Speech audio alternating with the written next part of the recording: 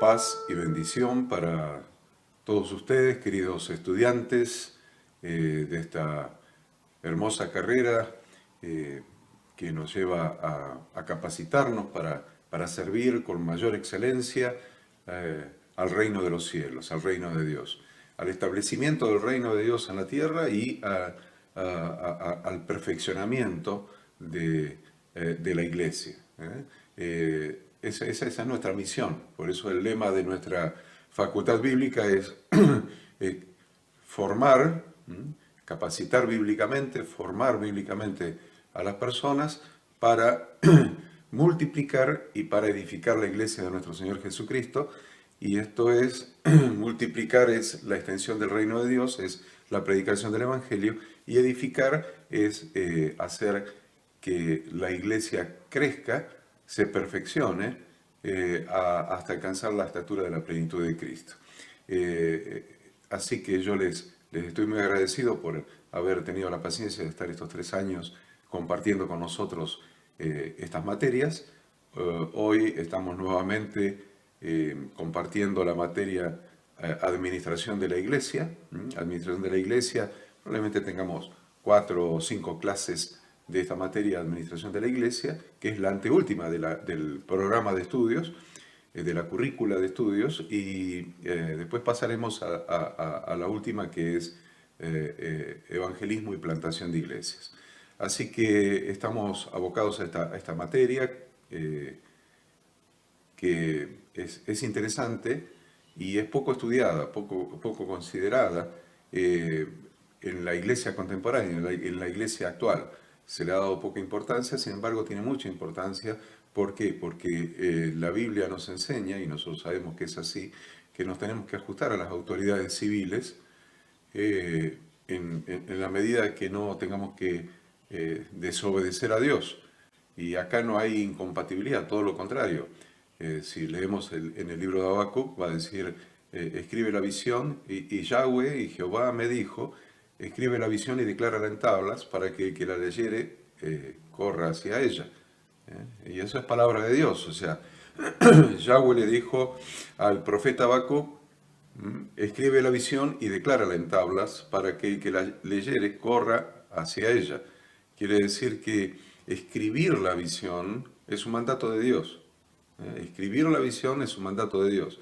No se ha tenido esto por hábito, por costumbre en los últimos años, probablemente hace de 30 años atrás hacia más antiguo, probablemente sí se haya usado mucho esto porque la iglesia fue cambiando. Yo le diría no en los últimos 30 años, la iglesia fue cambiando probablemente en los últimos 40 años.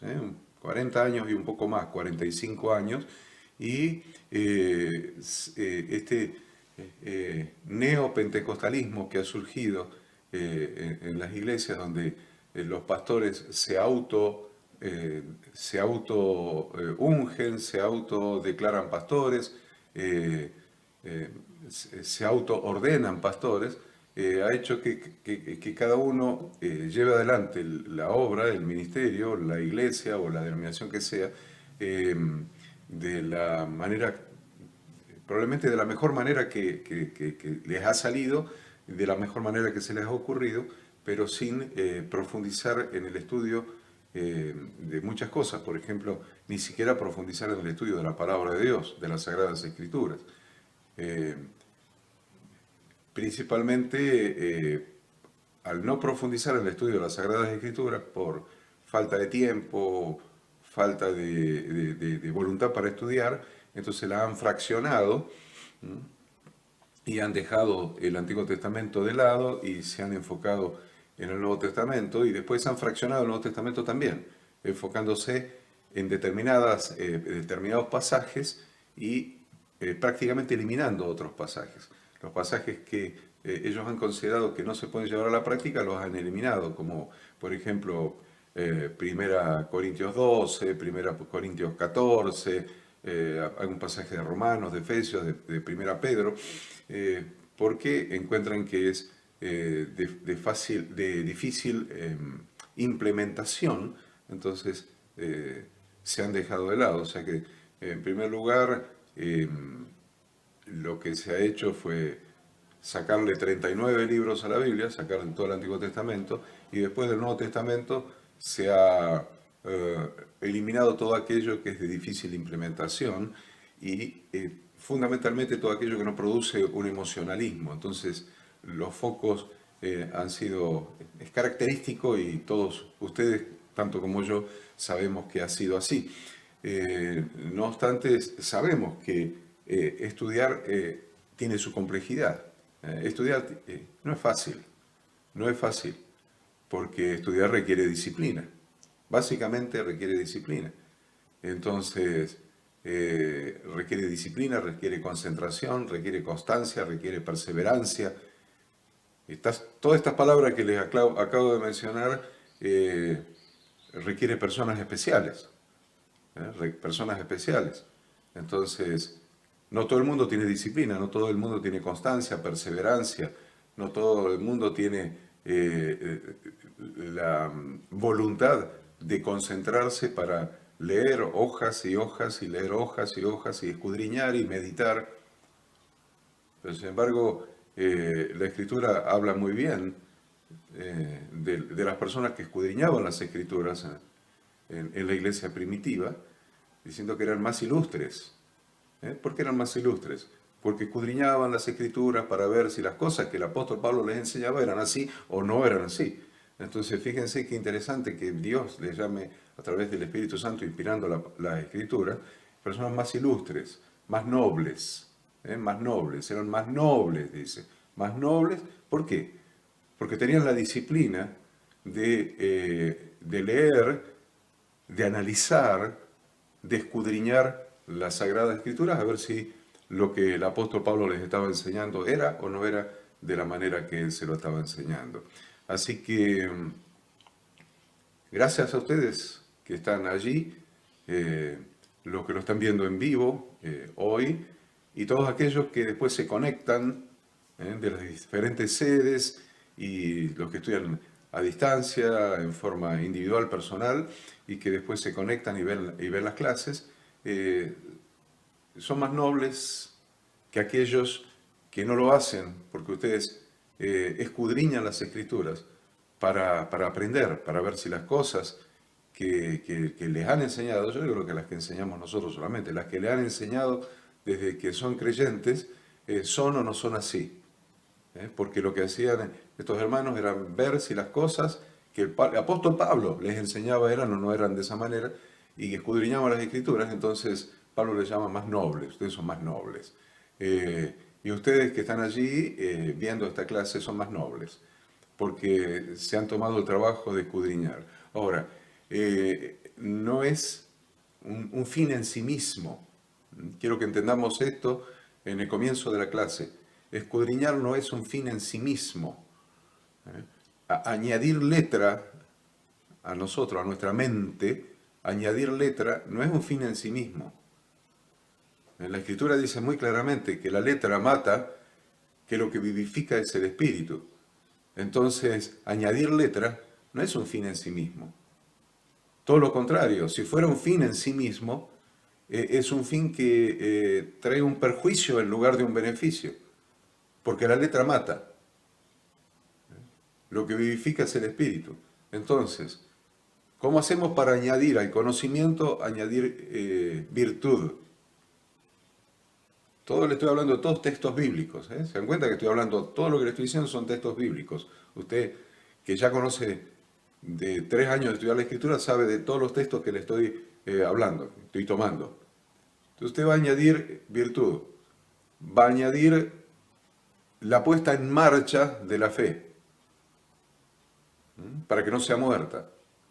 Porque la letra mata, pero cuando la pone en marcha, cuando añade a la fe virtud, entonces el Espíritu está vivificando esa letra. La está poniendo por obra a esa letra, la está ejecutando a esa letra. Cuando usted se pone todo lo que aprendió, lo pone en marcha, en primer lugar para la propia vida, en segundo lugar para la vida de su propia familia, en tercer lugar para la iglesia, para la comunidad, para la congregación de los santos, En cuarto lugar, hacia el mundo. Entonces, esa letra, ese conocimiento de la palabra de Dios, trae vida. Trae vida. El Espíritu Santo, al aplicarlo, trae vida. Vida a uno, vida a la familia de Dios, vida al mundo. Entonces, en este punto del estudio, no podemos quedarnos solamente en la letra. ¿Cuánto que aprendimos? Muchos me dicen, ¿cuánto que hemos aprendido? Y nos mandan cartas, miren, de tantos lugares, de tantas provincias, de otros países. ¿Cuánto hemos aprendido? Muchas gracias. ¿Cuánto hemos aprendido? Excelente, me encantan esas cartas. Algunas las leo y las releo, y mi esposa cuando las recibe en el email de la Facultad Bíblica, me las lee y nos produce mucho gozo. Pero no se queden ahí, no se queden en el conocimiento, lleven el conocimiento a la obra, a la obra. Porque la mies es mucha, pero los obreros son pocos. Entonces, roguemos al Señor de la mies que envíe obreros a la mies. Pero eso se lo está diciendo nuestro Redentor Jesucristo a sus discípulos que eran obreros que estaban en la mies. Entonces le está diciendo a los obreros, a los poquitos obreros que estaban en la mies, rueguen al Señor de la mies que envíe más obreros a la mies. Entonces, ellos que ya estaban en la mies, rogaban al Señor de la mies que envíe más obreros a la mies. Entonces no es que nos está diciendo a nosotros, rueguen a Dios que envíe obreros a la mies. No, no. Está diciendo, primero ustedes involúcrense, vayan ustedes a la mies, sean obreros de la mies ustedes, y cuando ustedes estén con la mano en el arado, se van a dar cuenta que son pocos los obreros que hay en la mies. Y usted va a estar con la mano en el arado y va a estar superado de la gran cantidad de cosecha que hay disponible, y van a estar superados. Entonces, ahí viene la aplicación de este mandamiento del Señor Jesucristo, que es, rueguen al Señor de la mies que envíe más obreros para la mies. Pero tenés que rogar que envíe más obreros cuando vos sos un obrero. No es, yo estoy acá sentado, he aprendido 3 años de instituto bíblico y ahora me pongo a orar, Señor, envía obreros a la mies. Y el Señor va a decir, este me está charlando, este me está tomando el pelo, este me está faltando el respeto. ¿Cómo es que después de haber estudiado 3 años está sentado ahí rogándome a mí que envíe obreros a la mies? Cuando yo lo estoy enviando a Él. Entonces el Señor no está enviando a cada uno de ustedes, me está enviando a mí. Entonces, cuando estemos en la mies, involucrados, trabajando, y vemos que no damos más, que es demasiado el trabajo, que hay demasiados frutos para recoger, y estamos ahí trabajados y fatigados, sirviendo al Señor, sirviendo a la iglesia, sirviendo al reino de Dios, multiplicando, edificando, entonces ahí vamos a mirar y vamos a cerrar nuestros ojos y decir, Señor, envía más obreros a la mies. Porque la mies es mucha y los obreros somos pocos. Envía más obreros a la mies. De eso se trata esa palabra. No se trata de que tengamos un equipo de oración o nosotros mismos estemos en la iglesia orando, Señor, envía más obreros a la mies. No se trata de eso. Se trata de que cuando estoy en la mies, estoy sirviendo en la mies, ruegue al Señor, manda más, porque es demasiado. Es demasiado, hay tanto para hacer, hay tanto para multiplicar, hay tanto para edificar la iglesia, hay tanto para enseñar, hay tanto para aprender, hay tanto para escudriñar, hay tanto, Señor, hay tantas almas que se pierden. Y aún los de adentro se pierden, Señor. Mira, Señor, los de adentro se pierden por falta de conocimiento, porque el pueblo es destruido por falta de conocimiento. Mira los de adentro, Señor, los de adentro también se están perdiendo. Y tú me has dado 3 años de conocimiento, 3 años de revelación. Señor, yo quiero dar mi vida y comprometer mi vida en el servicio, pero manda a otros, manda más, manda más. Hace falta más obreros que se involucren con la mies, con la responsabilidad, con el trabajo. De eso se trata. Para eso hemos estudiado. Yo tengo muy claro que el Señor me mandó a formar obreros para la mies. Tengo muy claro que el Señor no me mandó a impartir conocimiento a personas que quieren el conocimiento solamente y que van a permanecer inactivas. Tengo claro que el Señor me mandó a formar obreros para la mies, no a enseñar por la enseñanza en sí, no a enseñar para alimentar el ego y la vanagloria del conocimiento de las personas. El Señor me mandó a enseñar para formar obreros para su mies. Y yo entiendo que es así, y por eso empiezan 80, miren el curso que está terminando, que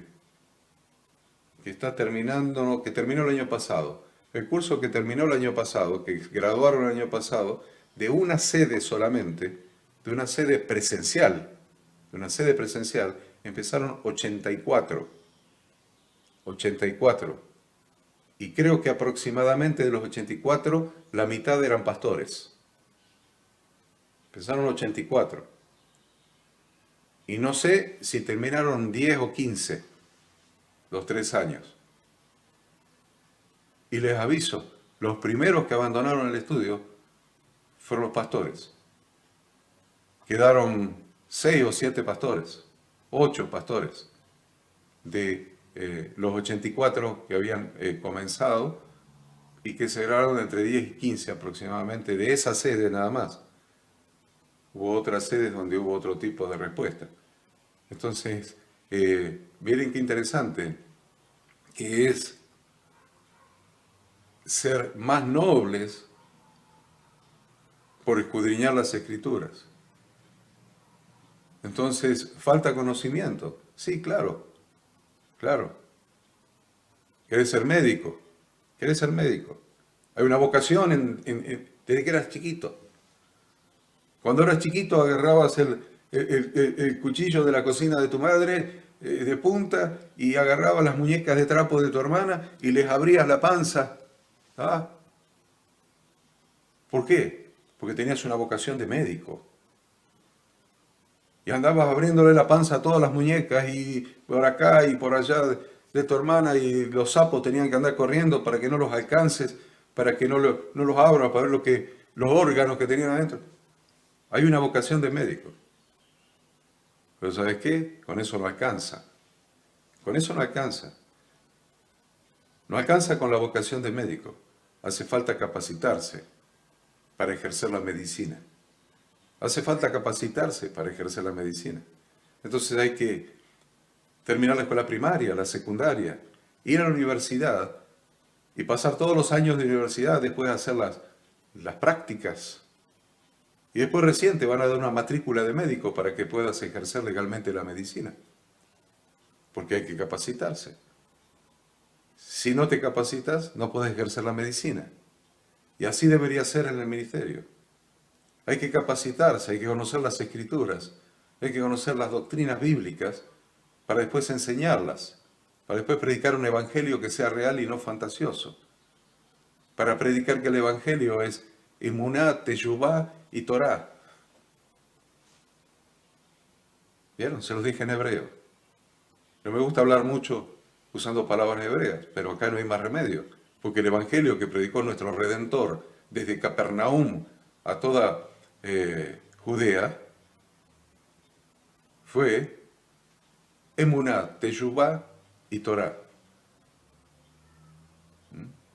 ¿Quieren de otra manera? Teshuvá, Emuná y Torá. Arrepentíos, Teshuvá. Y creed en el Evangelio, Emuná. Y ese arrepentimiento es conversión, ¿hacia dónde? Hacia la Torá. Pero si no lo entendemos, si no hemos escudriñado las Escrituras, estamos predicándole a la gente pura emoción. Arrepiéntanse, quiere decir, ay, cómo me duele lo malo que hice, ay, qué triste que estoy, paso al frente para que me oren, y cree de sí, yo creo que voy a prosperar, creo que voy a sanarme, creo que me va a ir bien, creo que tengo las promesas, creo que... Y ya es salva a la persona.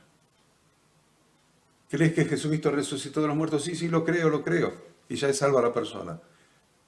Miren, hermano, estamos predicando un evangelio que no es el evangelio de nuestro Señor Jesucristo. Estamos predicando un evangelio falso. ¿Por qué estamos predicando un evangelio falso? Porque no hemos estudiado las Sagradas Escrituras. No hemos entendido, no hemos aplicado la hermenéutica adecuada, no hemos usado el método que nosotros enseñamos en hermenéutica, método histórico, gramatical, no hemos entendido ni el contexto histórico de la predicación de Jesucristo, ni gramaticalmente cuáles son las palabras que él usó y qué es lo que significaban. El contexto histórico, gramatical. Entonces, como no hemos estudiado, inventamos un evangelio que no salva a nadie y estamos perdiendo a las personas. Las tenemos entretenidas, les sacamos el dinero y les brindamos emociones. Y ahí tenemos un problema. Entonces, realmente, haber retornado a las Escrituras, haber estudiado las Escrituras, es para que por lo menos los poquitos que terminan, de los muchos que empiezan, los pocos que terminen formados para ser obreros activos en la mies, obreros activos en la mies, obreros activos en la obra de Dios. Eso es lo que le estoy diciendo, y voy a insistir con esto porque tengo que aprovechar estas dos últimas materias para insistir en esto, para insistir que debemos ser obreros activos en la obra del Señor. Entonces, la administración es un elemento básico, administrar recursos humanos, administrar recursos físicos, administrar recursos legales, administrar recursos de sistemas, administrar recursos económicos, financieros. Es el ministerio de la administración.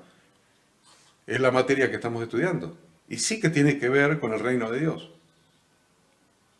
Sí que tiene que ver. No hay un reino sin administración. No hay un reino sin administración. Ustedes saben que cada año, antes de finalizar el año, se manda al Congreso de la Nación el presupuesto para el año siguiente. Se manda al Congreso de la Nación, el Poder Ejecutivo, a través de su ministro de Economía, elabora un presupuesto de administración de recursos de la nación completa y lo envía al Congreso para su aprobación. Si lo aprueba el Congreso, lo convierte en ley. Ahí tiene la ley de presupuesto para el año siguiente. Una nación se maneja administrativamente, hay que administrar la nación. Si decimos que nosotros somos real sacerdocio, linaje escogido, nación santa, pueblo adquirido por Dios, tenemos que administrar la nación.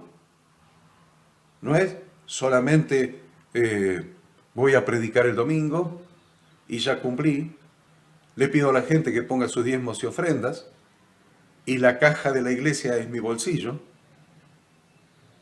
Ahí tengo un problema. Le van a venir a decir, pastor, necesitamos reparar el teclado que una tecla se quedó hundida para abajo. Perfecto. ¿Cuánto sale? 5.000. Saco de mi bolsillo y se lo doy porque la caja de la iglesia es mi bolsillo. Ahí tenemos un problema. Por eso la iglesia está en el descrédito que está en este momento. Está en descrédito. La gente no cree en la iglesia. La gente cree que la iglesia es un negocio. La gente no cree en la iglesia. La gente cree que la iglesia cristiana, la iglesia evangélica, es un negocio. Ahora, ¿lo cree porque se lo imaginó? ¿O lo cree porque tiene evidencias? ¿Lo cree porque se lo imaginó o porque tiene evidencias? Cuando una iglesia está formada por una persona o un matrimonio que usa todos los recursos y hace lo que quiere con los recursos y no rinde cuentas, o de última un círculo íntimo, cuando la iglesia es muy grande, que recauda los recursos, usa los recursos y nunca rinde cuentas. y que los únicos recursos que le interesan son los recursos financieros, el dinero, y no le interesa administrar el resto de los recursos humanos, los recursos físicos, los recursos jurídicos, los recursos de sistemas. Es muy importante que nosotros, como estudiantes, gente seria que somos, gente seria, pues somos serios. Somos serios. Ustedes y yo somos serios. Somos personas serias, personas de honor. Ustedes y yo somos personas serias, personas de honor, altísimo honor, de conducta, de corazón íntegro. Eso es lo que somos. Personas de corazón íntegro, de honor, de palabra, de pensamiento firme, de profundas convicciones. Que vivamos de esa manera, con profundas convicciones, con una conducta recta, pero con pensamiento criterioso, con pensamiento crítico, que seamos capaces de analizar las situaciones. Y no digamos la tontería de que yo doy mis diezmos y ofrenda a Dios y que los que lo administran hagan lo que quieran porque van a rendir cuenta a ellos. No van a rendir cuenta a ellos solamente. Yo, si soy un irresponsable, voy a rendir cuentas de dónde puse la plata y por qué no me preocupé por ver cómo se administra esa plata. Porque soy parte del cuerpo, soy un miembro del cuerpo. Entonces la mano no se puede desligar de si la boca está tomando alcohol y porque le va a circular por las venas, le va a circular alcohol, a la mano también. A la mano también le va a circular alcohol. Somos todos parte de un cuerpo y responsables de ese cuerpo. La administración es responsabilidad de todo. Entonces, la iglesia tiene una historia de administración. A lo largo de los diferentes periodos, han habido periodos muy oscuros de la iglesia, por los siglos 5, 6 de la era común. Ha habido momentos de avivamiento en la iglesia, como a principios del siglo XX. Entonces, los diferentes momentos de la historia de la iglesia, siempre ha habido involucrado el ministerio de la administración, porque es uno de los ministerios que da el Espíritu Santo. Es una de las funciones de la iglesia. Siempre ha estado involucrado el ministerio de la administración. ¿Por qué? Porque la administración es tan antigua como la raza humana. La administración es tan antigua como la raza humana. Siempre hubo que administrar algo. Caín tuvo que administrar sus cosechas y separar una parte para ofrendarla a Dios. Abel tuvo que administrar su ganado y dio de las primicias de sus ovejas como ofrenda para Dios. Pero ya tenían que administrar. No hay duda de que ya tenían que administrar. Antropólogos, historiadores, concuerdan que los seres humanos siempre han vivido los seres humanos como seres sociales. Han vivido siempre en grupos. Cada uno de estos grupos siempre ha tenido una autoridad. El liderazgo. Dice, no hable de liderazgo porque es una palabra incómoda, antibíblica, no es una palabra incómoda y antibíblica. Liderazgo. De todo grupo emerge el liderazgo. De los muchachos que se juntan en la esquina a las tardecitas para charlar y divertirse un rato, de golpe uno está conduciendo, está liderando. En todos los grupos humanos, no solamente en las empresas, sino en todo grupo humano, aún de niños en la escuela. Siempre aparece el liderazgo de uno, que hace frente, que encabeza, que conduce. Todos los grupos humanos siempre han tenido una autoridad. Y sobre esa autoridad siempre ha recaído la tarea de administración de los recursos del grupo. Aunque siempre ha habido este tipo de liderazgo en las tribus, en las hordas, la ciencia de la administración, poner criterios de administración, poner reglas de administración, poner mecanismos de administración, procedimientos de administración, es relativamente nueva. ¿Por qué? Porque se hizo más necesaria con la complejidad de la administración de organizaciones. La ciencia de establecer reglas técnicas se hizo necesaria con la aparición de organizaciones cada vez más complejas. La Iglesia fue una de esas. Pero en la primera y segunda revolución industrial aparecieron las empresas industriales. Y se hizo complejo el sistema, se hizo compleja la organización y se requirieron elaborar técnicas, herramientas, procedimientos administrativos. Y a medida que se iba modernizando la industria, el comercio, las organizaciones, cada vez se fueron mejorando esas técnicas y procedimientos de administración, aún impulsados por las leyes. Yo le digo a los pastores que tenemos que conocer las leyes del país, porque las leyes del país nos impulsan a tener determinada administración, principalmente de los recursos financieros.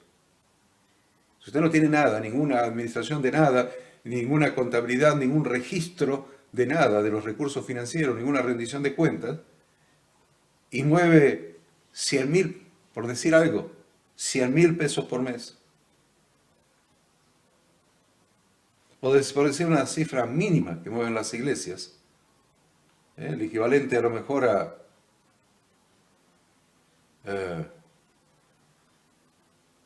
$10.000. ¿Quieren? $10.000, vamos, $10.000. $10.000 son 600.000 pesos por mes. Al tipo de cambio de hoy en la República Argentina. Pero para ponerlo en una moneda constante, pónganse que una iglesia mueva $10.000 por mes, que mueva $5.000 por mes. Y viene una inspección del organismo de recaudación impositivo, de la IRS en Estados Unidos, de la AFIP en la Argentina. Y le dice, deme los registros contables, y deme los comprobantes de respaldo de esos registros contables. Y usted le dice, no tengo registros contables. Y los comprobantes de respaldo, yo no sabía que había que guardarlos, los tiré. Con todo el derecho del mundo, el organismo de fiscalización le puede decir, usted está blanqueando dinero negro. Usted está usando dinero, Dios no lo permita, del narcotráfico. Porque usted no puede justificar de dónde sacó el dinero, de qué viven los pastores, con qué se pagan los alquileres, con qué se paga el resto de los gastos. ¿Me entienden? Entonces, a veces es un proceso de modernización el que va exigiendo que la administración se complejice y que se usen herramientas administrativas, y otras veces la misma legislación vigente en el país la que te impulsa o te obliga a tener los registros y las herramientas administrativas en orden. Entonces, deberíamos mirar la historia de la Iglesia, que es lo que nos compete a nosotros en cuanto a administración. Durante todos los periodos, ya les dije, los periodos malos y los periodos muy buenos que ha tenido la Iglesia. Entonces, podemos hablar de varios periodos, y lo vamos a analizar desde eso, separado en esos periodos. En primer lugar, vamos a analizar la edad del cristianismo católico, primero, edad del cristianismo católico. Segundo, la edad del imperio cristiano. Tercero, la edad media cristiana. Cuarto, la edad de la reforma. Quinto, la edad del progreso. Y sexto, la edad de las ideologías. Vamos otra vez a revisar 6 partes, 6 periodos. Vamos a analizar qué pasó con la administración de la Iglesia en esos 6 periodos.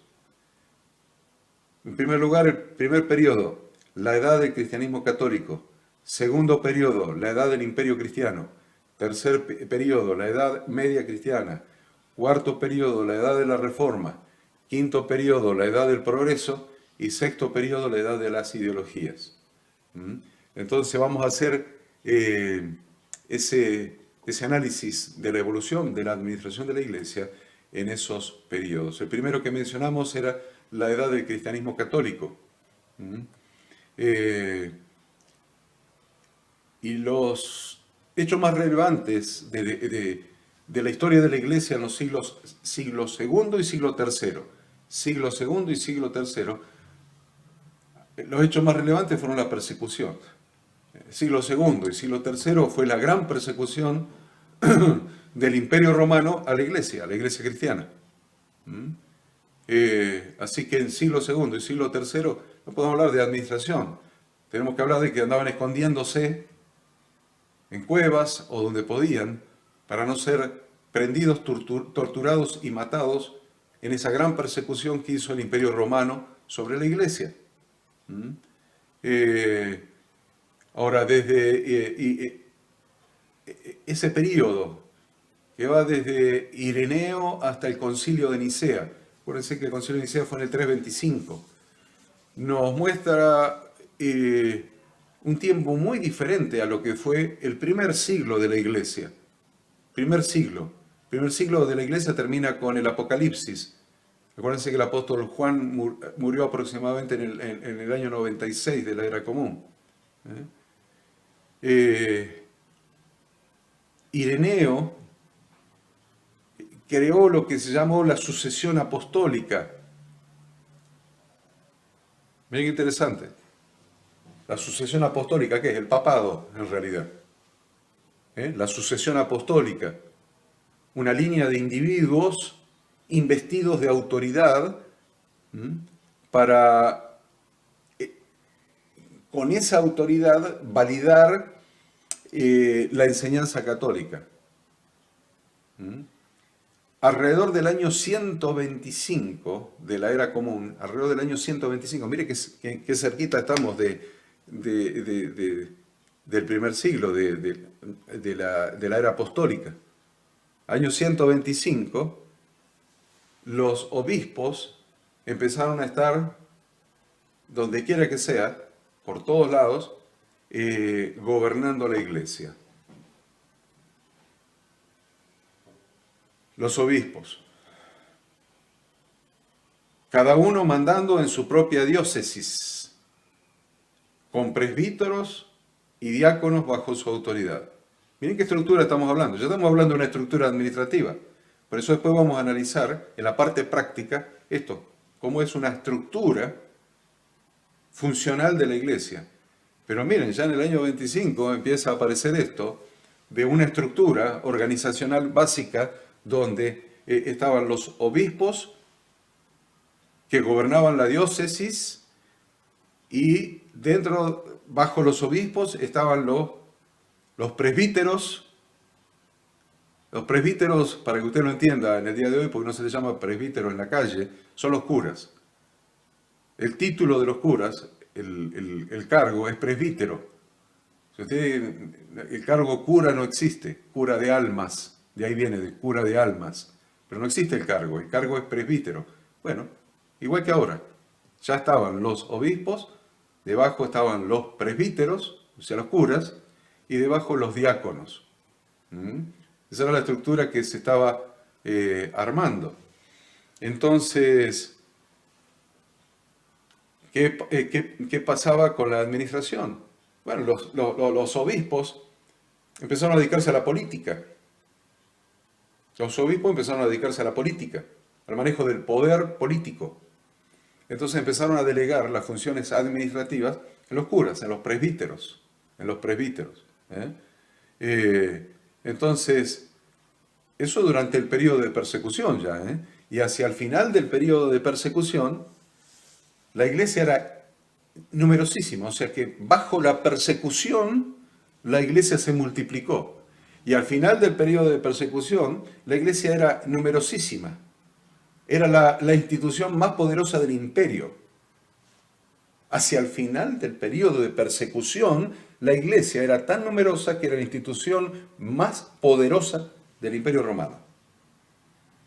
Entonces, en el año 312, comienza lo que le llamamos la edad del Imperio Cristiano.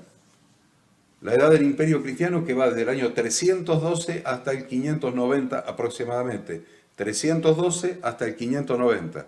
La edad del Imperio Cristiano. Entonces, todo empieza cuando el emperador Constantino aprobó, promulgó, decretó el edicto de tolerancia. Así se llamó. El emperador Constantino, en el año 313, promulga lo que llamó el edicto de tolerancia. Ese edicto de tolerancia puso fin a las persecuciones a los cristianos. 313, edicto de tolerancia, se pone fin a la persecución de los cristianos. Año 324, 11 años después, en el 324, se declara el cristianismo la religión oficial del Imperio Romano. Religión oficial del Imperio Romano. Y usted dice, qué bendición, qué logro para la religión cristiana. No, todo lo contrario. Se lo declara la religión oficial del Imperio Romano y el emperador romano pasa a ser el jefe de la iglesia. El emperador romano, Constantino, pasa a ser jefe de la iglesia. 324. Recuérdense que el año siguiente fue el concilio de Nicea, en el 325, presidido justamente por el emperador romano. ¿Qué es lo que significa esto? 313, vuelvo, edicto de tolerancia. 324 se declara el cristianismo religión oficial del Imperio Romano, pero con la cabeza del emperador. 325, al año siguiente, concilio de Nicea, donde se elabora el credo, el primer credo. ¿Qué significa esto? Significa que no hay división entre el poder político y el poder religioso. El emperador romano, el jefe religioso y el jefe político del imperio. Jefe religioso del imperio, jefe político del imperio. O sea que el Estado y la Iglesia pasan a ser una sola cosa.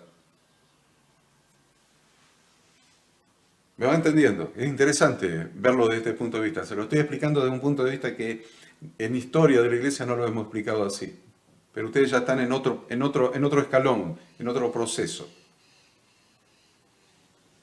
¿Qué significado tuvo esto para la Iglesia? El significado que tuvo para la Iglesia, al tener un solo jefe, el emperador romano, es que los fondos públicos ¿qué son? Los fondos provenientes de los impuestos, lo que recauda la IRS, lo que recauda la FIP. Los fondos públicos pasaron a ser propiedad de la Iglesia también. O sea, enriquecieron a la Iglesia. Los fondos públicos no solamente se usaron para administrar el imperio políticamente, las diferentes provincias del Imperio Romano, sino que enriquecieron a la Iglesia también. ¿Vamos bien hasta ahí? Espero que sí. Yo lo estoy haciendo lento y claro para que vayamos bien. ¿Qué significó para los obispos, para los presbíteros y para los otros funcionarios de culto? ¿Qué significó para ellos? Que empezaron a cobrar sueldos del Estado. Eso significó. Empezaron a cobrar sueldos del Estado, como si fuera un gobernador de una provincia, como si fuera el rey Herodes en la provincia de Judea. Entonces los obispos empezaron a cobrar sus buenos sueldos del Estado, y los presbíteros y todo funcionario de culto recibía su sostén del Estado. Es interesante esto porque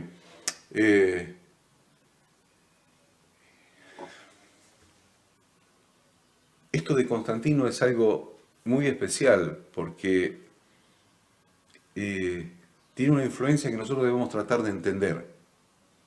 Hay una alianza entre la Iglesia y el Estado bajo Constantino, una alianza entre la Iglesia y el Estado bajo el emperador Constantino, y hay como una confusión, como una mezcla.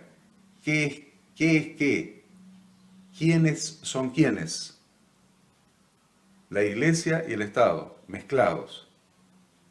Entonces, la Iglesia obviamente se empezó a enriquecer. Ahora, ¿cómo administramos? Ahí está el primer tema de administración, ¿ven? ¿Cómo administramos esa superabundante cantidad de recursos, tanto recursos humanos, recursos físicos, recursos financieros, recursos humanos, una gran estructura administrativa, una gran estructura de obispos, presbíteros, diáconos, funcionarios de la iglesia, una gran estructura, ¿ven? Recursos humanos, recursos físicos, claro, una gran estructura de recursos físicos, porque Constantino lo primero que hizo fue le cambió el rótulo a los templos paganos y les puso cristianos, y lo mandó para adentro. Ahora estos son templos cristianos. Una gran cantidad de recursos físicos y una gran cantidad de recursos financieros también. Entonces, ¿cómo organizamos esto? ¿Cómo hacemos esto? ¿Cómo lo organizamos? ¿Cómo organizamos todo esto? Tenemos una pila enorme de obispos, una cantidad enorme de curas, o sea, de presbíteros, una cantidad enorme de gente, una cantidad enorme de templos, una cantidad enorme de dinero. Bueno, lo que hizo la iglesia usó el modelo del imperio. El modelo del imperio. Por primera vez se trae a la iglesia el modelo del mundo. Por primera vez se trae a la iglesia el modelo del mundo, el modelo del imperio. Entonces, miren cómo se organiza.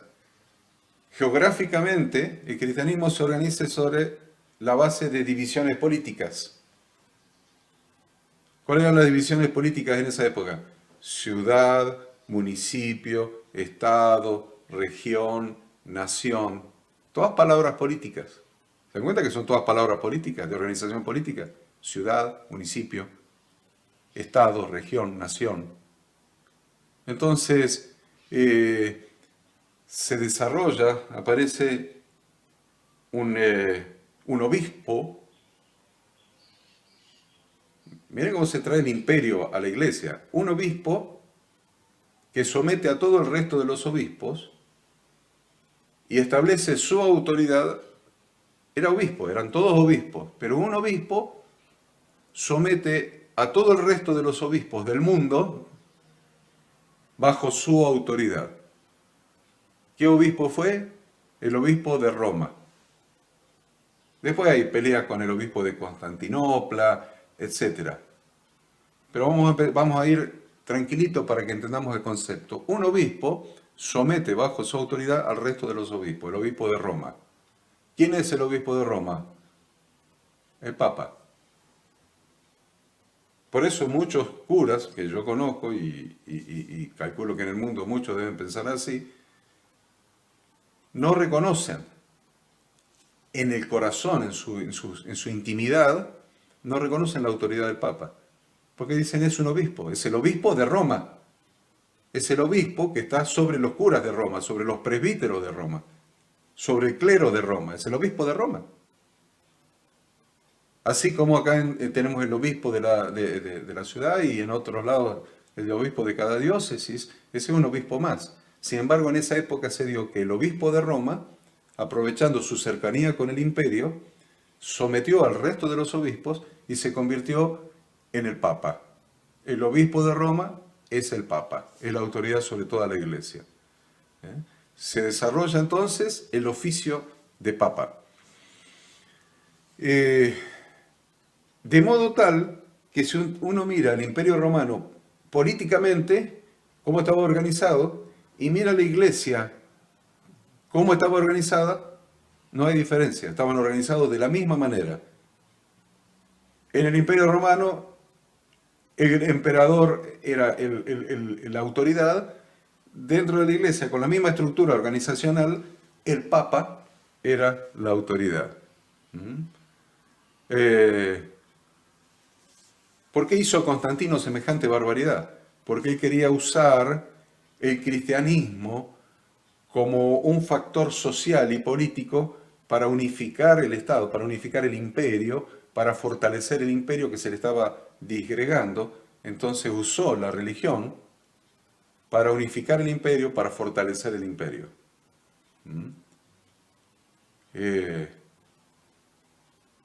Cualquier parecido con la realidad del siglo XX, usar la fe cristiana en Latinoamérica para imponer el imperialismo, cualquier parecido es pura coincidencia, ¿no? O no es coincidencia. Eh, Quería usar ese factor de unificación. Ahora, usar ese factor de unificación implicó usar la organización administrativa del Estado o del imperio para uniformar con la organización administrativa de la religión. O sea que no podía haber diferencia, no podía haber independencia, no podía haber desavenencia, no podía haber desacuerdo, no podía haber ningún tipo de disputa eclesiástica, doctrinal. Todo tenía que ser armónico, pues si había disputas eclesiásticas y doctrinales dentro de la iglesia, evidentemente no era un factor de unificación del imperio, porque estaban peleados entre ellos, así que no podía existir ningún tipo de disputa, de desacuerdo eclesiástico ni doctrinal, así que el que no estaba de acuerdo, el que decía la Biblia dice esto, pero ustedes están haciendo esto, a ese se lo mataba. Si alguien se levantaba y decía, pero ustedes se están apartando de las Sagradas Escrituras, de la enseñanza bíblica, miren, acá dice esto y ustedes están haciendo otra cosa, y mire, y se levantaba y predicaba de esa manera, a ese se lo mataba directamente. No podía haber desavenencia, no podía haber disputas eclesiásticas ni doctrinales. ¿Mm? Eh, entonces, eh, los que administraban la iglesia, entonces en realidad, empezaron a ser especialistas seculares, no religiosos, especialistas políticos, especialistas que organizaban el Estado, que organizaban el Imperio Romano. Eran los que aconsejaban, de última, porque el poder de los obispos aumentaba, entonces sus consejeros, sus asesores administrativos eran gente de la política. ¿Mm? Eh, entonces, en la iglesia, para terminar con este periodo, se usó métodos de gobierno secular para gobernar la iglesia, métodos administrativos de gobierno secular para administrar la iglesia. Entonces llegamos a la Edad Media cristiana, que abarca desde el año 590 hasta 1517. Esperen que voy a ver cómo estoy con el tiempo. Eh, Estoy bien con el tiempo. Probablemente, déjenme ver, es un periodo largo este. Es un periodo que va, la Edad Media cristiana la vamos a hacer abarcar desde el 590, que hablábamos recién terminamos ese periodo en el 590, hasta 1517. ¿Por qué 1517? Porque empieza la Reforma. 31 de octubre de 1517, Martín Lutero clavó sus tesis en la puerta de la Catedral de Wittenberg. Entonces ahí empieza la Reforma. Entonces ese periodo lo vamos a ver después de un breve recreo. Vamos a tener un recreo para que a ustedes no se les haga pesado. Yo no tengo problema, pero ustedes van a necesitar ir a cambiarle la yerba al mate, ¿eh? Entonces vamos a hacer 5 minutos de recreo. 5 minutos de recreo y regresamos. 5 minutos. Nada más que 5 minutos de receso, de recreo, y regresamos.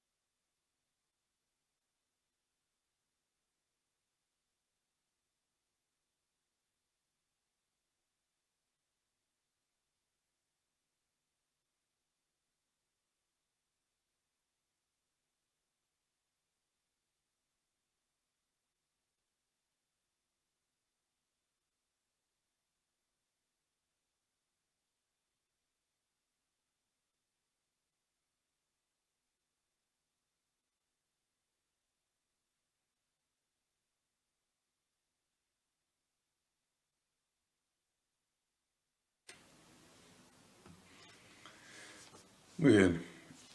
Hecho este pequeño recreo, vamos a continuar. Tenemos mucho para estudiar todavía por delante, así que vamos a continuar con el tema. Estábamos hablando de que vamos a abarcar el otro periodo que le llamamos la Edad Media Cristiana, que va desde el año 590 hasta 1517.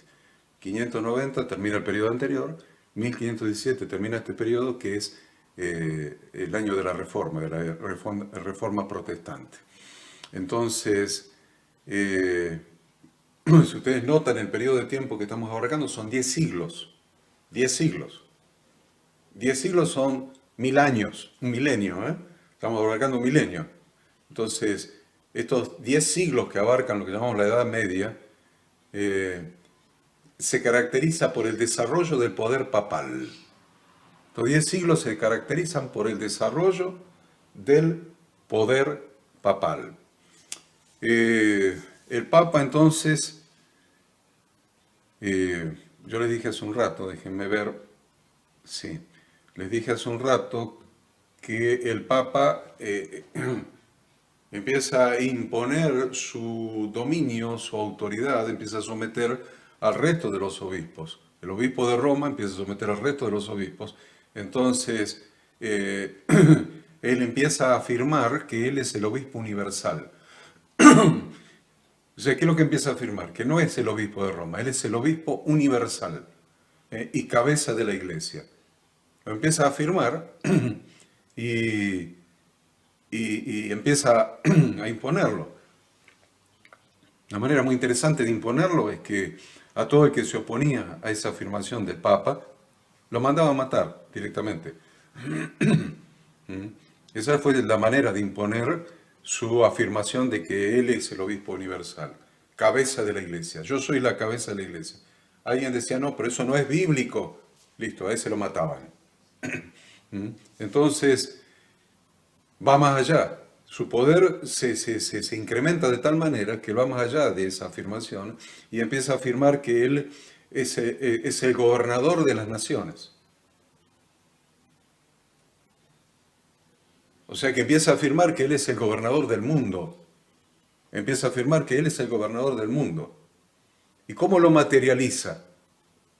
Afirmando que él es la autoridad sobre los reyes, la autoridad sobre los emperadores. Él es la autoridad sobre todo gobernante. Y lo empieza a manifestar. Lo empieza a manifestar, lo empieza a ejecutar, matando a quien hay que matar, sometiendo y humillando a quien haya que humillar. Lo empieza a ejecutar.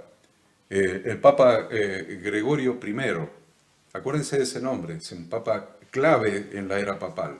Papa Gregorio I fue uno de los administradores más capaces en la historia de la Iglesia romana.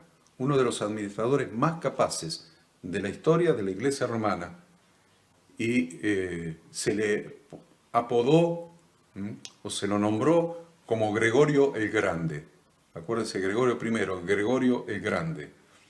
En este periodo estaba lleno de pastores, en definitiva, tanto los obispos como los presbíteros, como los diáconos, eran pastores, pastores que en realidad fueron, pues yo hablaba de emuná al principio, hablé de emuná. Emuná es una fe que implica fidelidad, lealtad.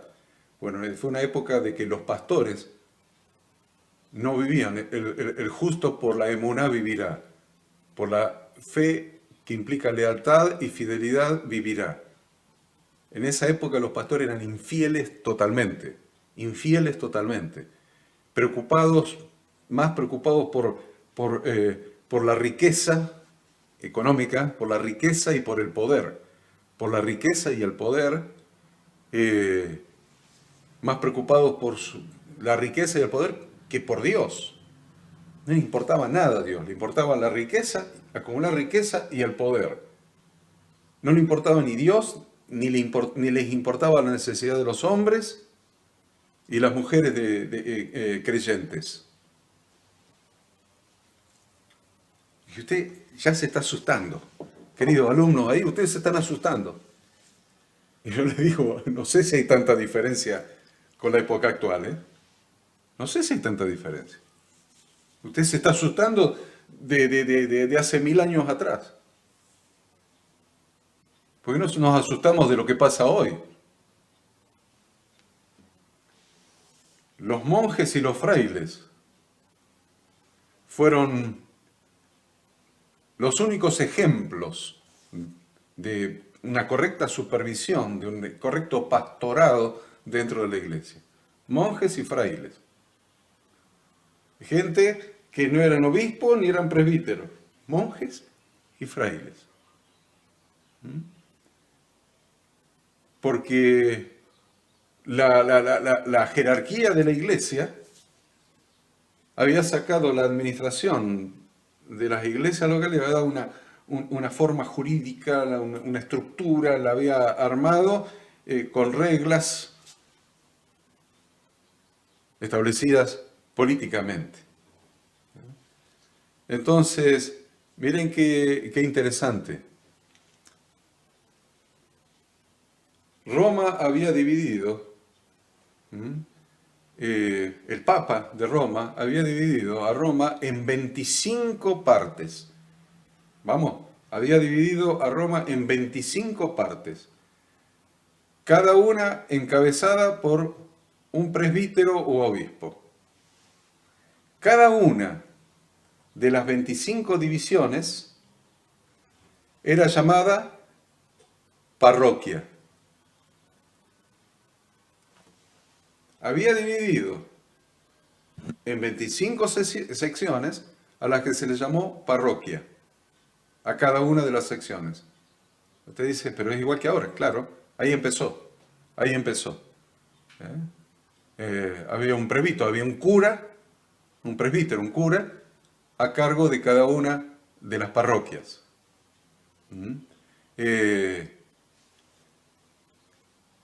Y para administrar los recursos económicos, el dinero, la riqueza, el oro, la plata, las joyas, las tierras, se tomó el modelo de Hechos de los Apóstoles de los 7 diáconos y se nombraron 7 diáconos para la ciudad de Roma. Cada uno con una sección geográfica específica, 7 secciones geográficas, bajo su responsabilidad administrativa. El mismo modelo que los apóstoles, en Hechos de los Apóstoles, cuando nombran los 7 diáconos. El mismo modelo. Entonces,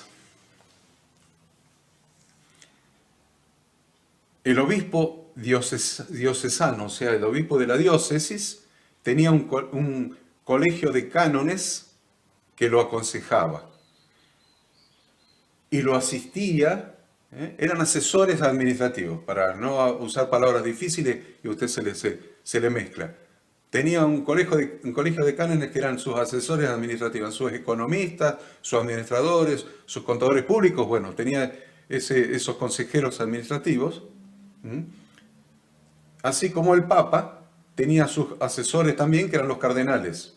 Miren cómo se está armando la organización administrativa. Y es importante que usted lo sepa esto, ¿no? Porque quien no sabe la historia de la iglesia vuelve a cometer los mismos errores, como se están cometiendo los mismos errores en la actualidad, por desconocer la historia.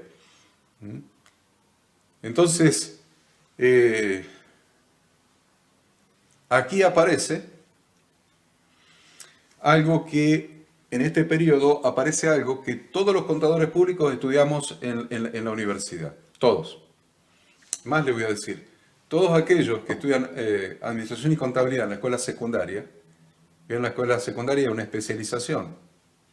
Bueno, aquellos que tienen la especialización en la escuela secundaria de administración y contabilidad, estudian lo que apareció, lo que inventó un cura en esa época. Se lo repito porque esto es sorprendente. Ustedes que no lo saben, los sorprende. Todos los que estudian en la secundaria de administración y contabilidad estudian lo que inventó un cura en esa época. Y todos los que estudiamos en la universidad para ser contadores públicos, estudiamos lo que inventó un cura en esa época. Fray Lucas Paciolo. Es el sistema brillante que nunca pudo ser superado hasta el día de hoy. un sistema de contabilidad tan brillante que nunca, jamás pudo ser superado hasta el día de hoy y lo seguimos estudiando en la universidad y utilizando en las empresas de todo el mundo.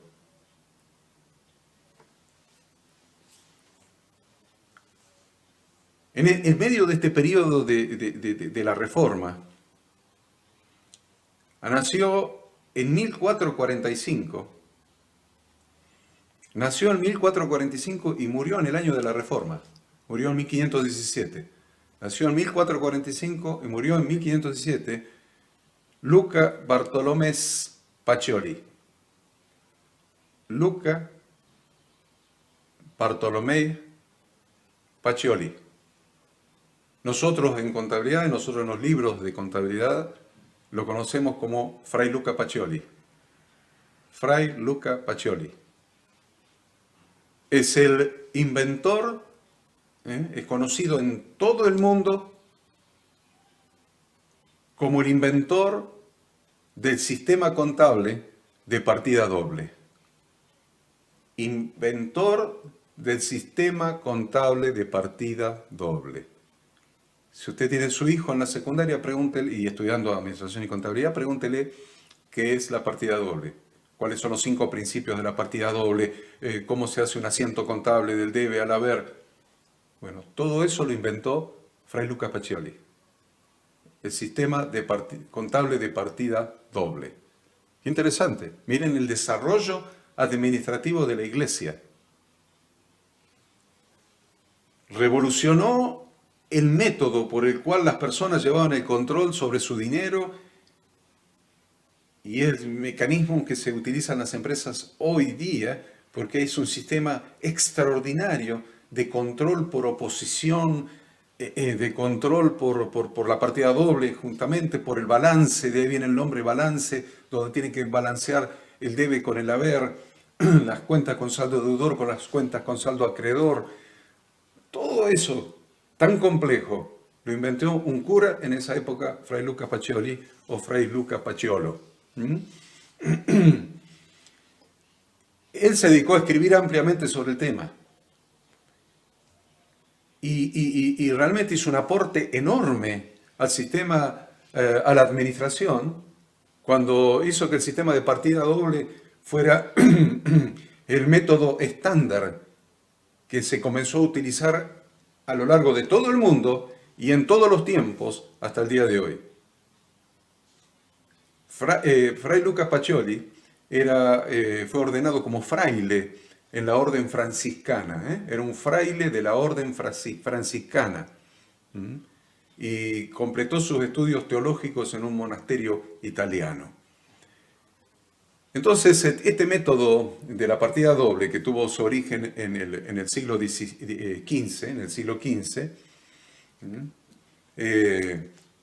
específicamente en el año 1494, donde este monje de la orden franciscana escribe una obra, escribe un libro, escribe un manual, escribe un texto donde explica el sistema que se llama Summa de Aritmética, Geometría, Proportioni et Proportionalità. Es el método veneciano de teneduría de libros que recién en los siglos siguientes empieza a recibir el nombre de método de la partida doble. Entonces, interesante que Pacioli explica la forma de llevar las cuentas en las repúblicas italianas de aquella época. Un método que hasta en el gobierno se usaba. Método de usar las cuentas en las repúblicas italianas de la época.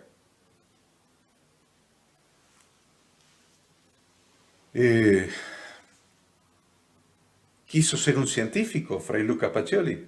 No quiso ser un científico. Quiso solucionar un problema administrativo, crear herramientas administrativas. Entonces, que todos los administradores de todas las repúblicas italianas registrasen correctamente todo lo que era atinente al Estado, a la administración del Estado, y que todos los nobles de la época, que tenían tierras, cosechas, gente, bienes, pudieran registrar correctamente todo lo que lo económico lo administrativo de sus haciendas. ¿Eh? Entonces, es muy interesante eso, porque él ni siquiera dice que él inventó la partida doble. Dice, yo solamente voy a pasar en limpio un método razonable que habría que usar o que de hecho ya se está usando y yo lo voy a sistematizar. ¿Eh? Eh, lo que se llamaba el método de Venecia. ¿Mm? Es interesante, no voy a seguir con Fray Luca Pacioli. ¿Mm?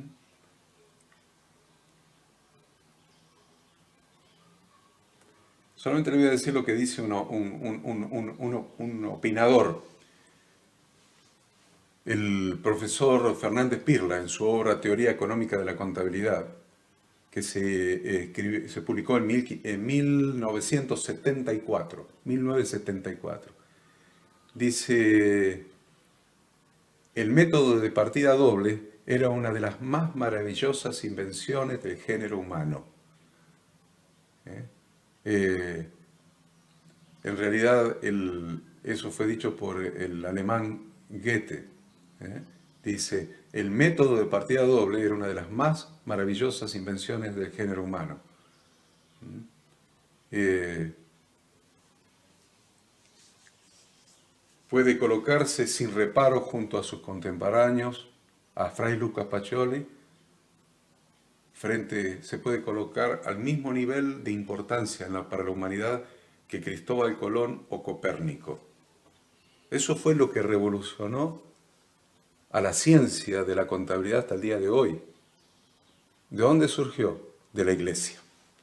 ¿De dónde surgió? De la Iglesia. De un cura. Surgió de la Iglesia. La contabilidad, desde el punto de vista social, es una de las ciencias más nobles y más eficaces al servicio del hombre. Ahí es noble, no tiene pretensiones, no se lleva nada. Es un aporte a la humanidad, un aporte al servicio del hombre.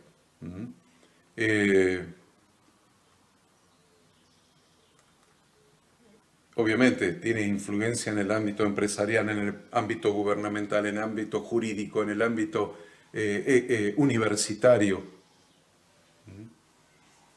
El sistema de registros contables, entonces, para resumir y terminar con este periodo, que es lo que caracteriza este periodo, el sistema de registro contable de partida doble se ha utilizado hasta el presente.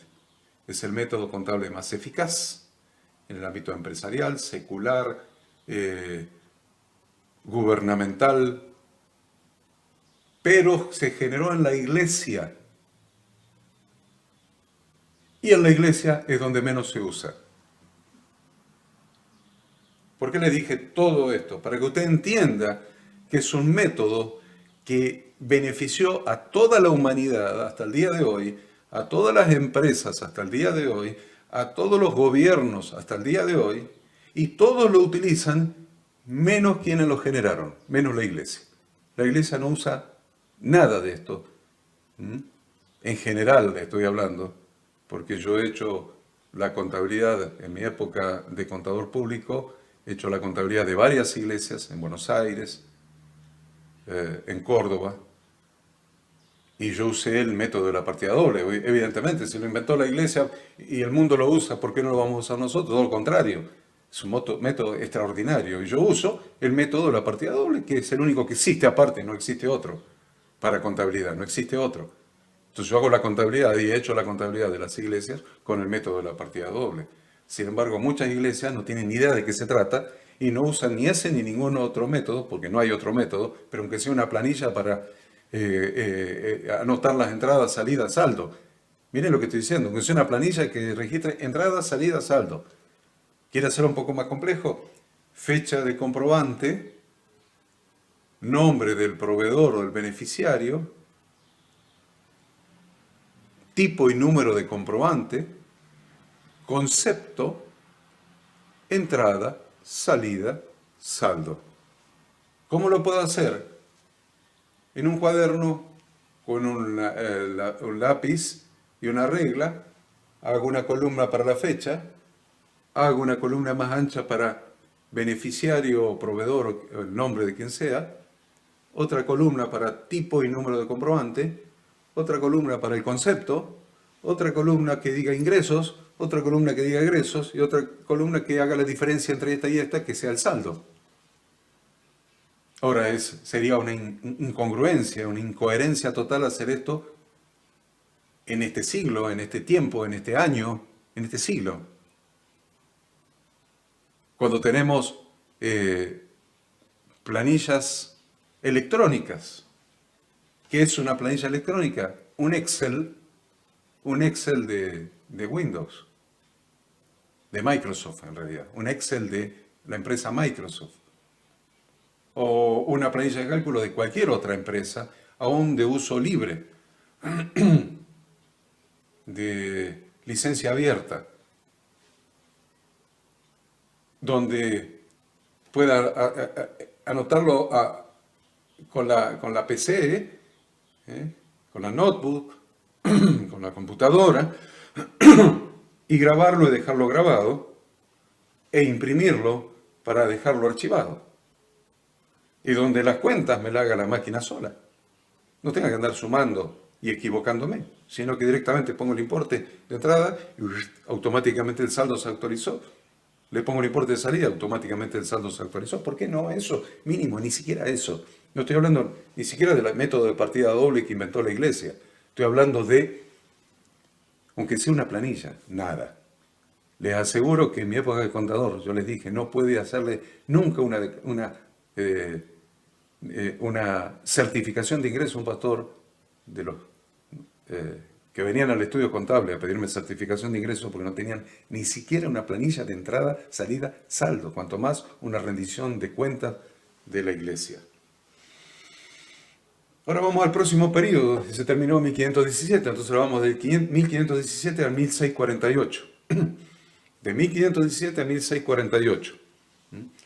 Y les comento, hermanos, la próxima clase empezamos con lo práctico ya. La próxima clase empezamos con lo práctico. A ver, déjenme ver cómo voy con el tiempo. Esto ya tengo para poco más de media hora. Bien. Periodo de la edad de la reforma. Edad de la reforma. La edad de la reforma, ustedes ya saben que 1517 fue la tesis de Lutero hasta 1648, periodo de la reforma. En este periodo de 200 años aproximadamente, el gran acontecimiento fue la reforma, 1517, y la evolución, el proceso de evolución de la reforma.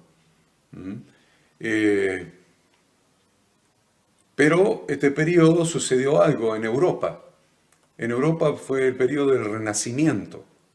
Periodo del Renacimiento. Se llamó periodo del Renacimiento, periodo del despertar. El Renacimiento, despertar. Un interés por la literatura, un interés por el arte, un interés por la ciencia. Un amigo mío, Pastor Samuel Díaz, decía que esto fue un soplo del Espíritu Santo sobre Europa. Un soplo del Espíritu Santo donde Dios hizo un soplo de ciencia, un soplo de su virtud. Entonces hubo un interés nuevo en la literatura, en el arte, en la ciencia.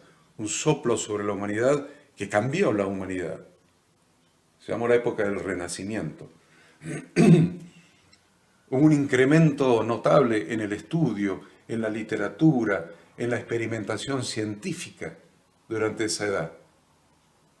Muchas disciplinas modernas comenzaron en esa época, en la época del Renacimiento. Y, claro, la gente empezó a pensar. Miren lo que estoy diciendo, en ese renacimiento, en ese despertar de la intelectualidad, del arte, del pensamiento, donde comenzaron muchas ciencias que actualmente existen, empezaron en esa época, La gente comenzó a desarrollar su pensamiento. Y le voy a agregar una palabra que usted tiene que tener en su mente y en su corazón. Nosotros tenemos que tener pensamiento crítico. Empezó en esa época. Pensamiento crítico. ¿Qué es pensamiento crítico? La capacidad de analizar objetivamente, no subjetivamente. Subjetivamente es impulsado por el miedo, por lo que me dice la religión, por lo que me dice la política, por lo que me dice la sociedad, lo que me dicen los socialmente aceptados, los preceptos, esto, aquello. Condicionado. Eso es pensamiento condicionado. El estudiante de Biblia, el estudiante de Biblia debe tener pensamiento crítico. ¿Qué es pensamiento crítico? Pensamiento objetivo, sin condicionamientos, sin preconceptos, sin cosas aprendidas. Crítico, un pensamiento objetivo. Bueno, en esa época comenzó el pensamiento crítico, el pensamiento objetivo, y se empezaron a dar cuenta de lo que estaba haciendo el papado. Miren la importancia del pensamiento crítico. ¿Saben qué? En las iglesias no hay pensamiento crítico. Hay un pensamiento condicionado por la religión, condicionado por lo que dice el pastor, el que dice el apóstol, lo que dice los profetas, lo que dice la denominación, lo que dice el miedo a irme al infierno, el miedo a ofender, el miedo a esto, el miedo a perder la bendición, el miedo. Eso es pensamiento condicionado. Eso es lo que hay en la iglesia actual, como lo hubo hasta esa época. Hasta 1517, hasta la Reforma. Así pensaba la gente en la iglesia hasta la Reforma, hasta la edad del Renacimiento, digamos. Sin pensamiento crítico, un pensamiento condicionado, aceptando todas las fantasías, todas las fábulas, todas las invenciones, los inventos religiosos, todas las mentiras religiosas, todo el misticismo inventado. Así era la gente hasta ahí. Miren por qué tenemos que estudiar historia, para no repetir los mismos errores, porque lo dice el libro de Eclesiastés. La historia cíclica se vuelve a repetir, se vuelve a repetir, se vuelve a repetir. Y estamos repitiendo no la edad de la Reforma, estamos repitiendo la edad más oscura de la Iglesia Católica. La estamos repitiendo en la Iglesia cristiana, en la Iglesia evangélica hoy día. Entonces ahí empieza un pensamiento crítico. La gente empieza a pensar, empieza a analizar objetivamente y empieza un resentimiento contra el papado. ¿Y por qué empieza el resentimiento contra el papado? Porque le sacaba las riquezas, le sacaba la plata. Tenía demanda financiera permanentemente. No se olviden que el diezmo se inventa por allá por el siglo X o XI, lo inventa la Iglesia Católica. Nunca antes, durante 10 siglos antes, nunca se había pedido el diezmo en el cristianismo. No existía eso. No existía eso. Te dice, no, pero el diezmo es bíblico, siempre existió en la iglesia. Nunca existió en la iglesia. Comenzó a existir a partir del siglo X, XI, por parte de la Iglesia Católica. Y les voy a decir por qué. Porque el papado avanzó de tal manera en Europa que se quedaron con la mayoría de las tierras de Europa. La mayoría de las tierras de Europa pasaron a pertenecer al papado y pasaron a pertenecer a la iglesia. La mayoría de las tierras de Europa pasaron a pertenecer a la iglesia. Pero la iglesia, los curas no se iban a poner a trabajar, ni los obispos menos, ni el papa mucho menos, a trabajar las tierras. Entonces, le daban a la gente para que trabajase las tierras. Entonces, ¿qué le cobramos a la gente? ¿Qué le cobramos a la gente en la iglesia? ¿Qué le cobra a la gente en concepto de renta por la tierra que nos pertenece a nosotros? Establecieron el diezmo. Ahí establecieron el diezmo. El 10% de todas las cosechas, el 10% de todo, dice, esto es bíblico, esto es bíblico, acá está en la Biblia, ¿ves? El 10% de todas las cosechas, ¿ves? Acá está en el Antiguo Testamento. Se trae en el Antiguo Testamento cuando conviene. Cuando no, está abrogado, está derogado, está crucificado. Cuando conviene, venga el Antiguo Testamento y ahí está, metieron el diezmo. Como cobro de alquiler por el arrendamiento de las tierras a la gente que producía. Ahí es donde se establece el diezmo. Dice, no, pero fue siempre. No, no fue siempre. Es bastante actual, bastante moderno. Entonces, Pero el Papa tenía avidez de dinero, dinero, dinero, dinero, riqueza, el Vaticano, la construcción de la Capilla de San Pedro, todas las tierras son nuestras, todo. Y la gente empezó a darse cuenta. ¿Se dan cuenta que es cíclica la historia? Es igual que ahora que la gente se está dando cuenta. Es cíclica la historia. Entonces, por más que salga un multimillonario pastor en Estados Unidos, un multimillonario pastor en Estados Unidos a decir, no voy a predicar más sobre la prosperidad, ya es multimillonario. Si se dio cuenta que esa doctrina es falsa y se aprovechó de esa doctrina para enriquecerse, que devuelva todo lo que robó, que lo devuelva. Entonces hoy día la gente otra vez se está dando cuenta, es cíclica la historia, se está dando cuenta de lo mismo. Entonces empieza en esa época un resentimiento contra el papado, y ese resentimiento era provocado por sus demandas financieras. ¿Por qué? Porque la organización, el clero, la organización de la iglesia, la suntuosidad del Vaticano, la organización creciente central de la iglesia demandaba ingresos inmensos, inmensos para sostener toda esa estructura. Entonces el papado usó todo el medio posible para aumentar sus ingresos. Algunos medios eran las anatas, colaciones, reservaciones, esperanzas, dispensas, indulgencias, simonía, recomendaciones, el diezmo y las ofrendas especiales. Todo eso, mire dónde salió. Mira dónde salió. Vamos a hacer una ofrenda especial pro templo. ¿De dónde salió? Vamos a hacer una ofrenda especial pro Capilla de San Pedro en el Vaticano. ¿Dónde salió? De allá salió. ¿Qué diferencia hay entonces hoy entre la iglesia evangélica y la iglesia corrupta de esa época? ¿Qué diferencia hay? En medio de ese contexto, la iglesia católica romana, en virtud de que necesitaba grandes sumas de dinero para terminar el templo de San Pedro en Roma, comenzó a vender indulgencias. Vamos a hacer ofrendas especiales pro templo. ¿Cuánto se compromete? $1.000 por mes. Perfecto, haga un pacto con Dios. No lo inventaron los pastores ahora, lo inventó el Papa. Lo inventó el Papa en esa época. Tenemos que construir el templo, la capilla, el templo de San Pedro en Roma.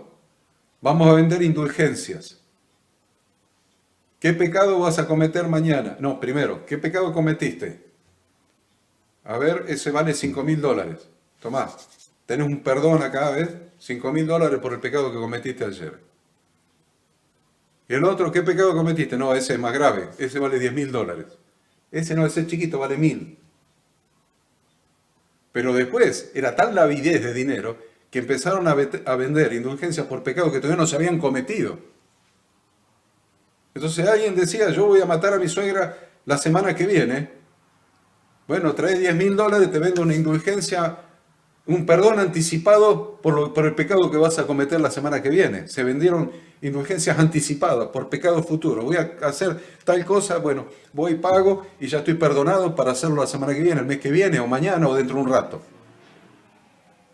Es tremendo lo que estoy hablando, pero es todo un ciclo, es un ciclo.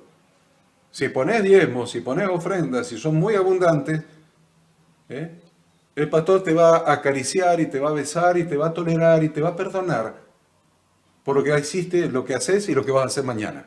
Tener la plena seguridad, porque la historia es cíclica. Entonces, Martín Lutero, ¿a qué se oponía? ¿Cómo empieza la reforma? La reforma protestante empieza con Martín Lutero oponiéndose a las indulgencias. ¿Dónde empieza la reforma protestante? Con Martín Lutero oponiéndose a las indulgencias. Además, lo que quería el Papa, sin lugar a dudas, y todo el sacerdocio, todos los obispos, era subordinar al Estado a la Iglesia. Lo logró, ¿eh? Lo logró, claro que sí que lo logró. Entonces, quería que el Papa ejerciera la autoridad suprema sobre todas las naciones. Y sobre todas las naciones, o sea, universal, sobre todo el mundo. Pero donde surgía el protestantismo, surgían iglesias nacionales, iglesias locales, independientes de Roma, gobernadas por sí mismos, independientes de Roma. Entonces, estas iglesias nacionales empezaron a asumir diferentes formas: episcopal en Inglaterra, presbiteriana en Escocia, etc. Y llegamos a la quinta periodo, la Edad del Progreso. La Edad del Progreso está entre 1649 y 1914. 1649 a 1914. Ya nos estamos acercando a nuestra época. 1649 a 1914. Entonces, en este periodo, ¿qué debemos destacar? El gran cambio histórico en la organización del trabajo que sucedió con las revoluciones industriales en Inglaterra. Primera revolución industrial y segunda revolución industrial en Inglaterra. Entonces, el comienzo de esta edad, o sea, no había industria hasta esa época, entonces fue primero con la máquina de vapor, después el carbón y después la energía eléctrica. ¿Ven? Las revoluciones industriales en Inglaterra produjo un cambio en las organizaciones. Aparecieron organizaciones que no existían, las fábricas. Las fábricas eran organizaciones que no existían. Entonces, en esa época, en el comienzo de esa edad, surge en Inglaterra un movimiento cristiano que se llamó los cuáqueros. Los cuáqueros se oponían a las formas exteriores de la iglesia, se oponían al ritual y sobre todo a la organización eclesiástica. Ahí tienen un avivamiento. ¿Usted quiere saber lo que es un avivamiento? Un avivamiento es retorno a las Sagradas Escrituras. Yubá, el retorno a las Sagradas Escrituras, es un avivamiento. Y acá surge un avivamiento, ven los cuáqueros. Y otra vez, hoy día estamos viviendo un avivamiento, donde creyentes, donde cristianos, donde pastores, donde siervos de Dios, se oponen a estas formas exteriores de la iglesia, al ritual inventado por los hombres y sobre todo al tipo de organización eclesiástica que demanda recursos y fondos y que tiene un gobierno de sometimiento a la gente y de engaño y de... Ahí fue el primero, los cuáqueros, anótelo, los cuáqueros en Inglaterra. Fue el mismo movimiento que estamos viviendo hoy en la actualidad en la iglesia, el mismo movimiento. Un movimiento de teyubá, de retorno a las escrituras, de salirnos de todo lo que el hombre ha metido, las tradiciones humanas han metido dentro de la iglesia. Entonces ahí, en 1914, hasta 1990, vamos a poner, comienza la edad de las ideologías. La edad de las ideologías, déjenme ver el tiempo. La edad de las ideologías, todavía tenemos tiempo, un rato más. La edad de las ideologías. Los estudiantes de la ciencia administrativa, bueno, yo les tengo que decir qué pasó en 1914, ustedes ya lo saben, pero como vienen pensando en los años y no están relacionando, es un gran problema que tenemos los evangélicos, que nunca relacionamos con nada. A ver, vamos a relacionar. ¿Qué es 1914? 1914, Primera Guerra Mundial. 1914, Primera Guerra Mundial. ¿Está? Entonces, en la Primera Guerra Mundial, en cuanto a lo que es la administración, se inicia una nueva era en la administración industrial, política y militar. 1914, Primera Guerra Mundial. Una revolución también en la administración, porque acá se complejiza todo, se hace todo mucho más complejo. Administración industrial, administración política, administración militar. Y termina la guerra. Y termina la guerra en una gran crisis mundial. Una crisis, una recesión. Todo el mundo. Estados Unidos, recesión, sí. recesión, hambre. En Estados Unidos también. Viene una época de recesión, una crisis mundial post Primera Guerra Mundial. ¿Cuál es la manera en que se trata de superar esa crisis? Por el desarrollo de la industria. Entonces se mejora la fabricación de automóviles, nuevos equipos para el desarrollo de la construcción, máquinas para la industria metalúrgica, máquinas para la agricultura, empieza un desarrollo del comercio, otras ramas también. Entonces empiezan a convertir al siglo XX, estoy hablando del siglo pasado, en un mundo moderno y muy complicado desde el punto de vista administrativo. Mira el desarrollo de la administración, ¿eh? ¿No sabían ustedes todo esto? Pero es interesante saberlo, ¿no es cierto? Miren el desarrollo de la administración. Entonces, se empiezan a dar cuenta en cuanto al concepto de administración, empiezan a analizar, el pensamiento crítico, y dicen, ¿por qué los alemanes perdieron la Primera Guerra? ¿Por qué los alemanes perdieron la Primera Guerra? Por fallas en la comunicación. Ahí viene el desarrollo de la administración. No solamente administrar dinero, administrar todo tipo de recursos. ¿Qué falló acá? La comunicación. Perdieron la Primera Guerra por las fallas en la comunicación. Entonces, ¿qué hacen? Ver esto despierta el interés por desarrollar nuevos métodos de comunicación, sobre todo en el campo, que está aislado, sobre todo con mejor comunicación en la administración, en la ciencia de la administración. Miren cuántas cosas, que tenemos que administrar como administradores de la iglesia. Tenemos correctos métodos de comunicación, nos comunicamos, hay correctos sistemas de comunicación, ágiles, dinámicos, etc. Entonces, la guerra, además, confronta a la iglesia. Nuevamente, ¿se acuerdan? Estudiábamos hace un rato la iglesia y el poder político.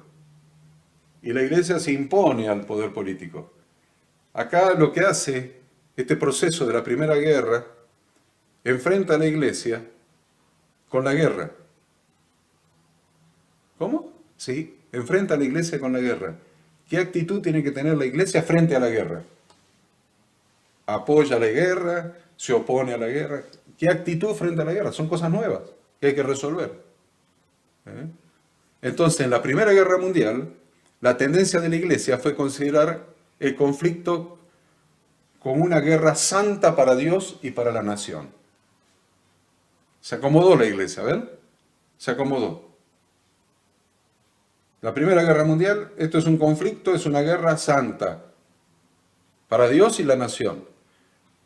Ahora, llega la Segunda Guerra Mundial, y en la Segunda Guerra Mundial se opuso a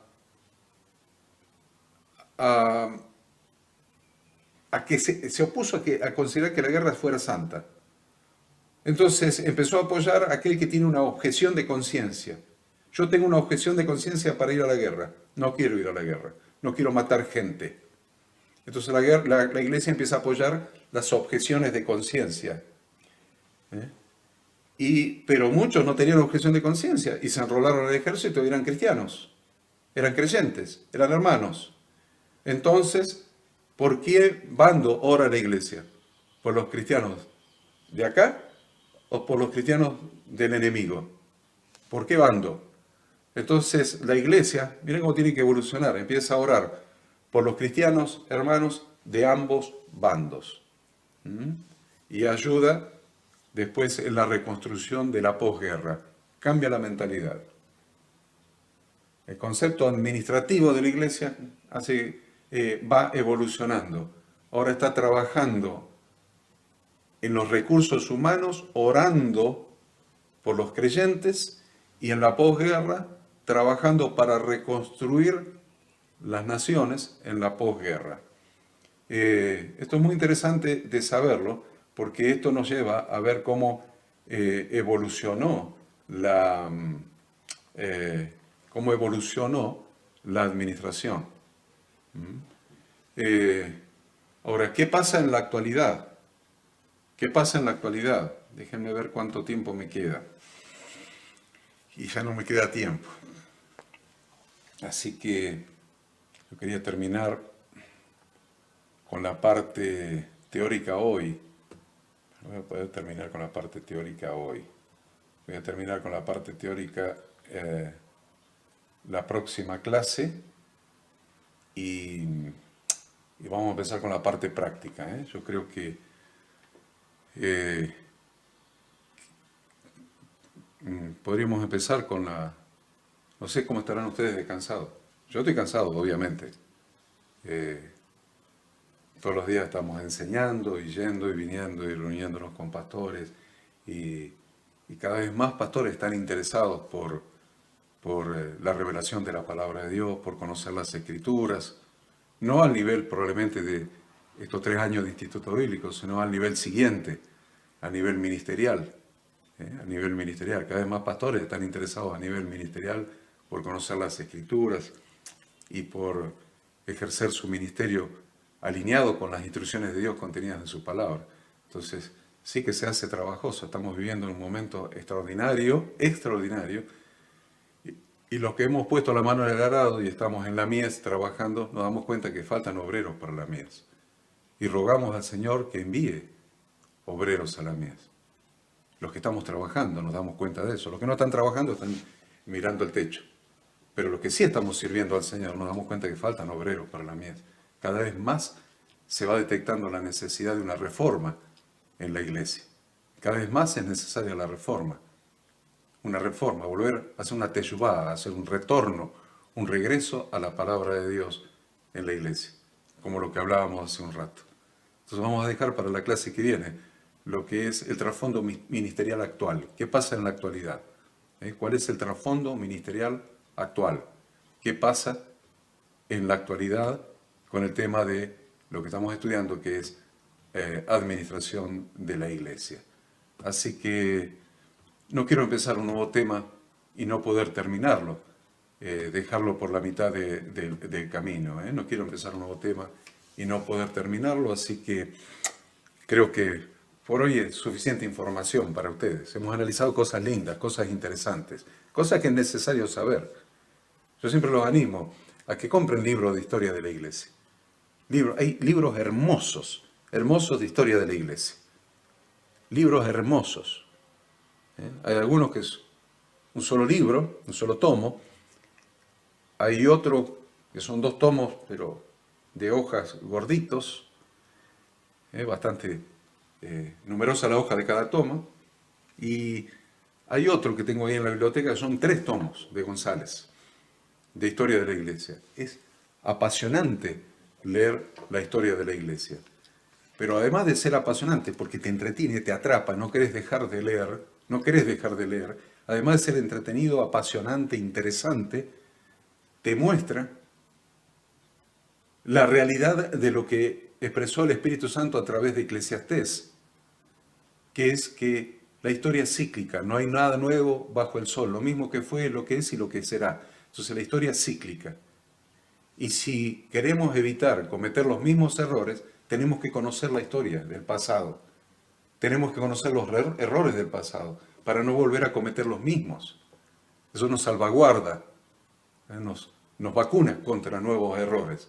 Entonces, yo les aconsejo, compren libros de historia de la iglesia. Si quieren saber los nombres que yo les recomiende, libros buenos de historia de la iglesia, les puedo dar libros de 1 tomo, de 2 tomos y hasta de 3 tomos, darles los nombres, los autores, las editoriales, para que ustedes se interesen por conocer la historia de la iglesia. Es hermoso, es interesante, es apasionante y es útil conocer la historia de la iglesia.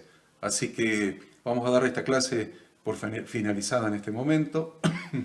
La semana próxima vamos a seguir, vamos a ver el trasfondo actual de la administración de la iglesia y cuando podamos, si es la clase próxima o la otra, vamos a comenzar con los aspectos prácticos, a poner en práctica un sistema administrativo, contable para la iglesia. Así que yo les doy muchas gracias a todos ustedes por haber compartido entre nosotros, todos nosotros, esta clase, y los espero la próxima clase para seguir aprendiendo juntos. Aprendemos juntos. Y ruego a Dios, a Yahweh, nuestro Dios, que los bendiga, a su Espíritu Santo, que les ilumine la mente, el corazón, les haga entender la gran comisión que nos dejó nuestro Redentor Jesucristo, de ir y hacer discípulos a todas las naciones, enseñándoles a que guarden todas las cosas que nuestro Redentor Jesucristo nos mandó.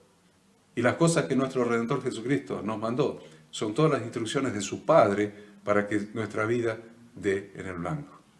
Así que yo ruego al Espíritu Santo, ruego al Padre que a través de su Espíritu Santo ilumine su mente, ilumine sus corazones, para entender, para amar esto, porque esto se ama. El reino de los cielos se ama. La palabra de Dios se ama. A Jesucristo se lo ama. A Yahweh, nuestro Padre, Dios, se lo ama. Entonces ruego que el amor de Dios esté en sus corazones para amar a Dios, amar su palabra, amar sus instrucciones, amar su visión, sus objetivos, su propósito, su obra. Y que ustedes sean obreros en la mies. Amén.